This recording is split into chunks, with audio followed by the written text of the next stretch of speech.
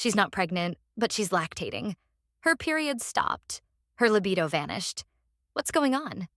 This hormone mimics pregnancy, causes galactorrhea, and shuts down GnRH, all from a pituitary microadenoma. This is prolactin, and understanding it could earn you easy points on step 1. In the next few minutes, I'll break down prolactin and prolactinoma, symptoms, regulation, and high-yield clinical clues, so you never forget it again. First, a quick refresher.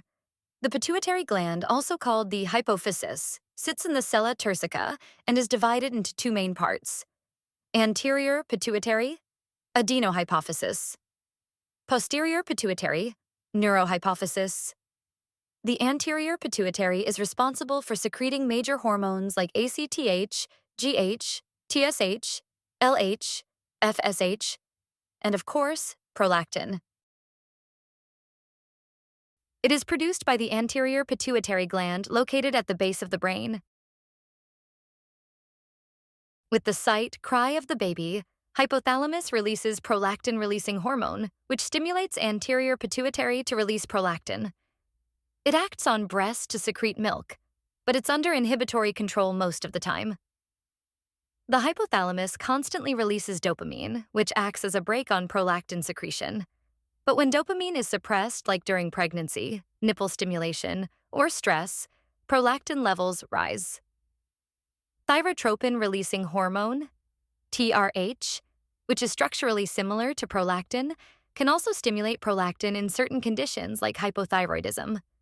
It also suppresses the reproductive axis by inhibiting GnRH, which decreases LH and FSH.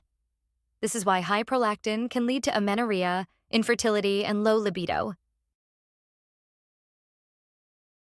Medications like bromocriptine, cabergoline, which are dopamine agonists, inhibits prolactin secretion and can be used in prolactinoma. We will cover prolactinoma in a minute.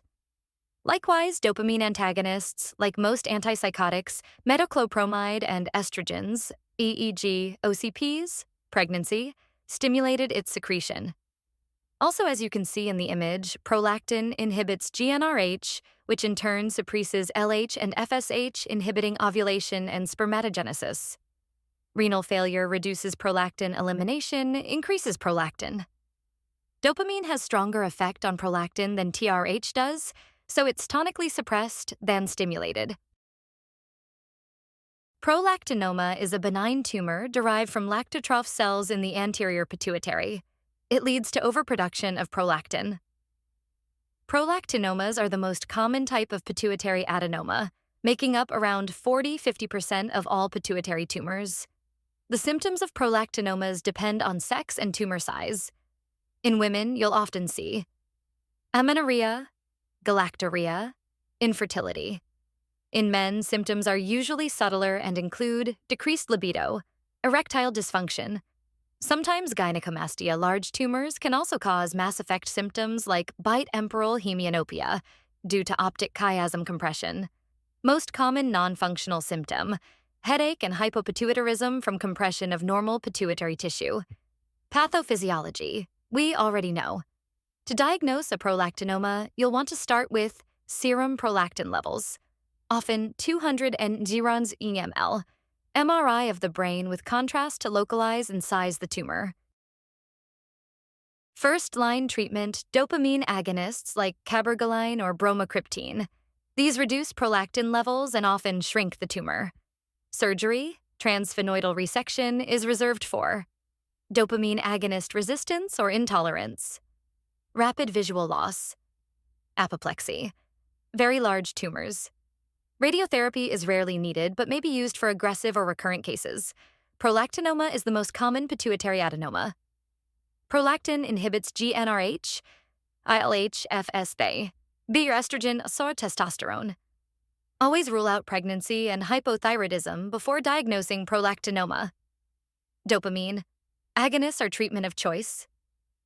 Bitemporal hemianopia, red flag for macroadenoma compressing optic chiasm.